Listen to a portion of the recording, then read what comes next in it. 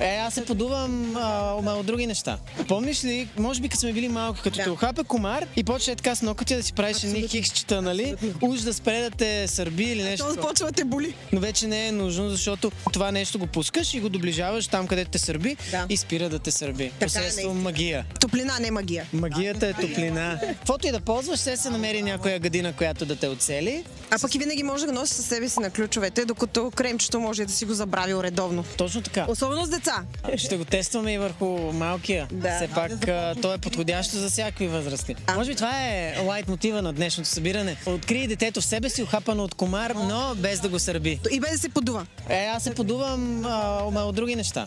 Гофрети, на рапя има, нали, сандвичи, принцеси, много хубави. Имате ли такова устройство, дето на корема? Не, за съжаление, още не са го измислили, но ще говоря тук с хити да организират нещо подобно. Да. А и да го вземете на морето устройството. 3 дни от сега ние заминаваме на морето. Така, с устройството.